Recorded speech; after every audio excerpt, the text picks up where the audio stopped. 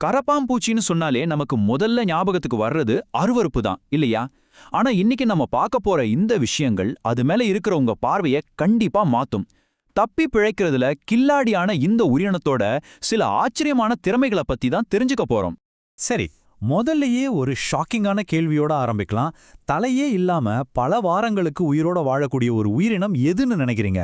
கொஞ்சம் யோசிச்சு பாருங்களேன். இதற்கான பதில் உங்களை நிஜமாவே ஆச்சரியப்படுத்தும். அந்த உயிரினம் கரப்பான் பூச்சி தான். ஆமாங்க, நீங்க கேக்குறது சரிதான். ஒரு கரப்பான் பூச்சியால அதோட தலையே இல்லாம கிட்டத்தட்ட ஒரு வாரம் வரைக்கும் உயிரோட இருக்க முடியும். அது எப்படின்னு கேக்குறீங்களா? நாம மூக்கு வழியா சுவாசிக்கிற மாதிரி அதுங்க சுவாசிக்கிறது இல்ல. அதுக்கு பதிலா அதோட உடம்புல இருக்க சின்ன சின்ன துளைகள் வழியாலாம் சுவாசிக்குது. அதனால தலை போனாலும் சுவாசம் நிக்காது. என்ன ஒரு ஆச்சரியம் பாருங்க. அதோட திறமை இதோட முடியல. ஒரு கரப்பாம்பூச்சியால சுமார் 40 நிமிஷம் வரைக்கும் மூச்சு அடக்கி வச்சுக்க முடியும்னு சொன்னா நம்புவீங்களா? ஒருவேளை தண்ணிக்குள்ள மூழ்கிட்டா கூட இந்த திறமை தான் அதை காப்பாத்துது. இன்னும் ஒரு படி மேல போய் சொல்றேன் கேளுங்க. கரப்பான் பூச்சிகளால ஒரு மாசம் முழுக்க சாப்பாடே இல்லாம உயிரோட இருக்க முடியும். ஆனா தண்ணி மட்டும் இல்லைன்னா ஒரு வாரத்துக்கு மேல தாக்கு பிடிக்க முடியாது. இதுதான் அதோட ஒரு பெரிய வீக்னஸ்னே சொல்லலாம்.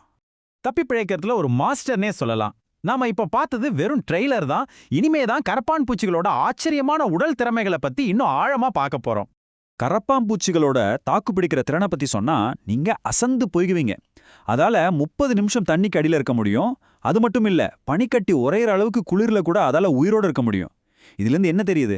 அது எந்த ஒரு கடுமையான சூழலையும் சமாளிக்க ரெடியா இருக்குன்னு தான் அர்த்தம். சரி, அதுங்க என்ன மாதிரியான சூழல்ல எல்லாம் உயிர் வாழும்னு இப்போ நமக்கு தெரியும். ஆனா எப்படி? அதோட தனித்துவமான உடல் அமைப்பு தான் அதுக்கு காரணம். வாங்க, அதை பிடிக்கிறது ஏன் அவ்வளோ கஷ்டம்னு அதோட உடற்காரியலை வச்சு தெரிஞ்சுக்கலாம். கரப்பாம்பூச்சியோட உடலமைப்புல இருக்கிற சில சூப்பர் பவர்ஸை பாருங்க. அதால மணிக்கு 3 மைல் வேகத்துல ஓட முடியும். கண்ணை மூடி திறக்கிறதுக்குள்ள திடீர்னு திசையை மாத்திடும். ஒரு சின்ன காயின் அளவுக்கு இருக்கிற கேப்ல கூட புகுந்து போயிடும். அதுலயும் ஹைலைட் என்னன்னா, அதோட கால்ல இருக்கிற குட்டி குட்டி கொக்கிகள் புவியீர்ப்பு விசையே எதிர்த்து தலைகீழா நடக்க உதவுது. இப்போ கேட்க போற விஷயம் ரொம்பவே சுவாரஸ்யமானது. கரப்பான் பூச்சிக்கு நம்மள மாதிரி காது கிடையாது. ஆனா அது கேக்கும்.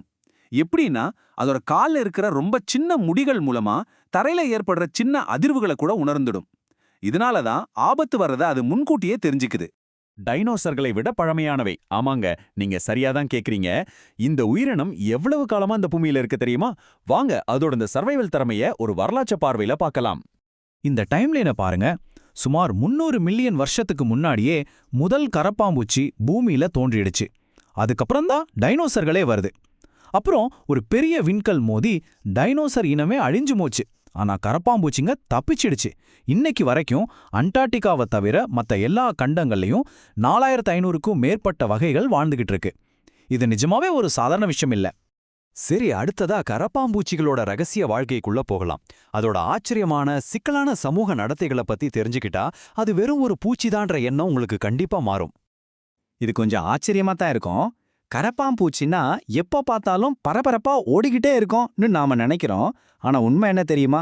அதுங்க ஒரு நாள்ல 75%, அதாவது முக்கால்வாசி நேரம் சும்மா ரெஸ்ட் எடுத்துக்கிட்டு தான் இருக்குதான். கரப்பாம்பூச்சிங்க தனியா இருக்க விரும்பாது. அதுங்க கூட்டமா வாழ்ற சமூக உயிரினங்கள். ஒன்னோட ஒன்னு பேசிக்கிறதுக்கு ஃபெரோமோன்கள்னு ஒரு விதமான ரசாயன வாசனையை பயன்படுத்துது. ராத்திரி நேரத்துல தான் ரொம்ப ஆக்டிவா இருக்கும். அதோட சாப்பாட்டு விஷயம் இருக்கே, அதுதான் பயங்கரமானது. பேப்பர், சோப்பு, பசை ஏன் நம்ம முடி வரைக்கும் எதை வேணாலும் சாப்பிடும். அதனாலதான் அது எங்க வேணாலும் ஈஸியா வாழுது. இனப்பெருக்கத்துல அதுங்க ஒரு சூப்பர் டெக்னிக் வச்சிருக்கு. ஊத்திக்கான்னு சொல்ற இந்த முட்டைக்கூடு ரொம்ப பாதுகாப்பானது. ஒரே ஒரு கூட்டுல இருந்து 40 குஞ்சுகள் வரைக்கும் பொரிக்கும். இதனாலதான் அதோட எண்ணிக்கை அவ்வளவு வேகமா பெருகுது. சரி, இவ்ளோ திறமைகள் இருந்தும் நம்ம ஏன் கரப்பாம்பூச்சிகளை பார்த்தாலே வெறுக்கிறோம்? நமக்கும் அதுக்கும் இருக்கிற இந்த சிக்கலான உறவை பத்தி தான் இப்ப பார்க்க போறோம். கரப்பாம்பூச்சி நமக்கு நம்பனா இல்ல எதிரியா? ஒரு பக்கம் பார்த்தா அது கிருமிகளை பரப்பும், ஆஸ்துமா, அலர்ஜி மாதிரி பிரச்சனைகளை உருவாக்கும் ஒரு எதிரி. ஆனா இன்னொரு பக்கம் சில நாடுகள்ல இதை ஒரு சுவையான உணவா சாப்பிட்றாங்க.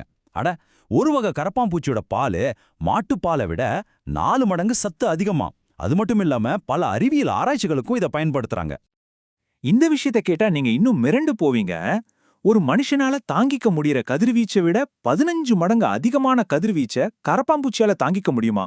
இதனாலதான் ஒருவேளை உலகத்துல ஒரு பெரிய அணு ஆயுத போர் நடந்தா கூட கரப்பாம்பூச்சிங்க மட்டும் தப்பி பிழைச்சணும்னு சொல்றாங்க.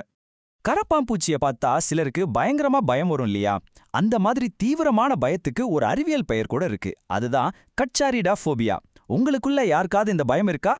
சரி, கடைசியா கரப்பாம்பூச்சியோட இன்னொரு முக்கியமான பக்கத்தை பார்க்கலாம். அத ஒரு வெறுக்கத்தக்க பூச்சியா பார்க்காம நம்ம சுற்றுச்சூழலுக்கு அது எவ்வளவு முக்கியம்னு தெரிஞ்சுக்கலாம். கரப்பாம்பூச்சிகளை நாம இயற்கையின் துப்புரவாளர்கள்னு சொல்லலாம்.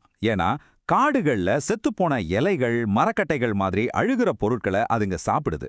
அப்புறம் அதோட கழிவுகள் மூலமா மண்ணுக்கு ரொம்ப முக்கியமான நைட்ரஜன் சத்தை திருப்பி கொடுக்குது. ஒரு வகையில இது ஒரு முக்கியமான ரீசைக்ளிங் வேலை.